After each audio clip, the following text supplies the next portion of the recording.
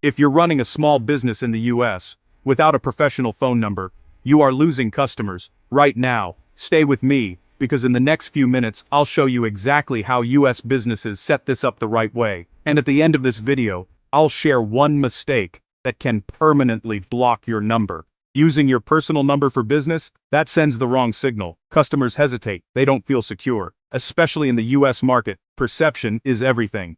In the United States, trust equals money. A professional number instantly increases credibility, and credibility increases conversions. Step 1. Create a professional Gmail.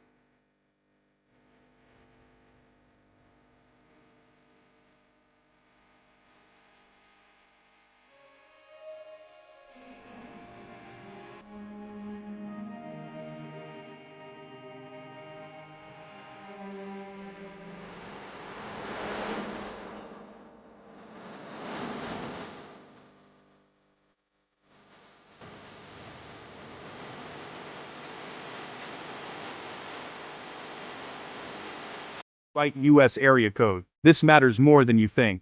Here's what most beginners do wrong. Respond to missed calls quickly.